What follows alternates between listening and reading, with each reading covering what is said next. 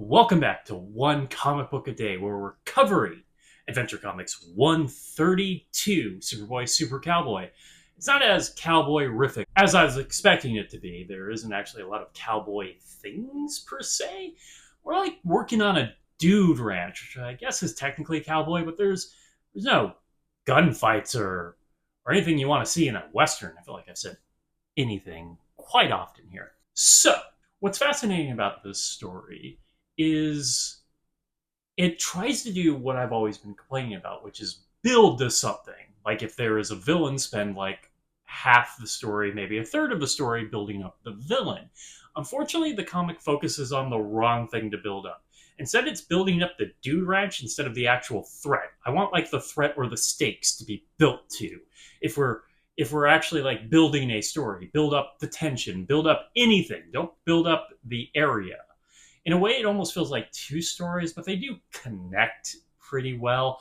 It just doesn't build into the second one. So, one of Clark's teachers ends up getting a ranch after a family member dies. And he invites all his students to come stay with him at any time, which is honestly on him. Now, the kids have a vacation, so they all decide to go over to the ranch without alerting the teacher that they're coming. So Superboy flies out there to warn them. And he doesn't ask the questions you expect to ask Superboy, like, why does he care about this? The problem is the land is absolutely useless. He has nothing there. There is no farm. There are no animals. All of it is just dead and rocky. So this is what we're building up. Superboy just builds up the ranch. Though he does some fun things with it. He creates a massive rock boot and a big cowboy hat structure for everybody to stay in. So it's got like a fun little theming happening. So that's what the first third to almost like half the story is. And I'm kind of just dancing around as there hasn't been much of a story. I guess he's helping somebody. But then the actual story kicks in.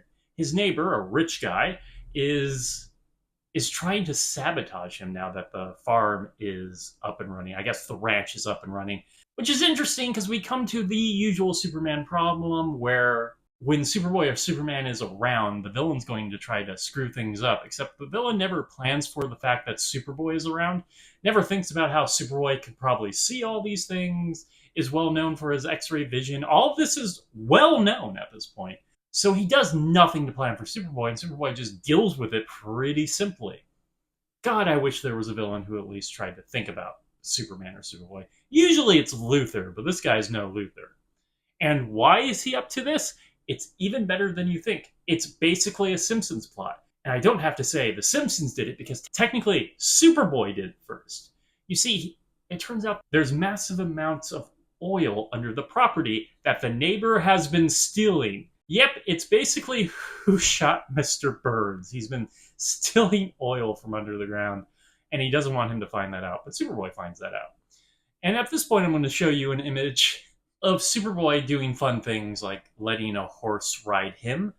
The reason I'm showing this is there's not actually a lot of great action happening in this comic. This is the most fun a panel is in this comic, which kind of shows you how desperate I am to try to get images. Even the fight scene as he takes him out on all horseback isn't particularly all that nice. I do like how it's structured. It's just not particularly exciting.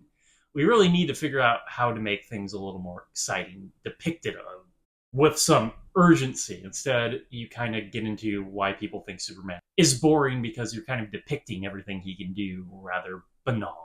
So that is it from Adventure Comics 132. Keep wanting to say the 40s for some reason. Maybe it's because I'm actually reading the comics in the 40s at this point. Superboy, Super-Cowboy. If you enjoyed this video, please like and subscribe. Hit the bell icon to get notification when a new video is up. I do this Monday through Friday, but Fridays is Bat Friday, where I cover Batman starring other Detective Comics or Batman. And until next time, let's ponder the question, whatever did happen to the man of tomorrow? Or boy of tomorrow? We should really keep a running count of how often I make that mistake. How often is it going to turn out there's secretly oil under something in a Superman universe comic? Seems to happen quite often. Okay, have a great day.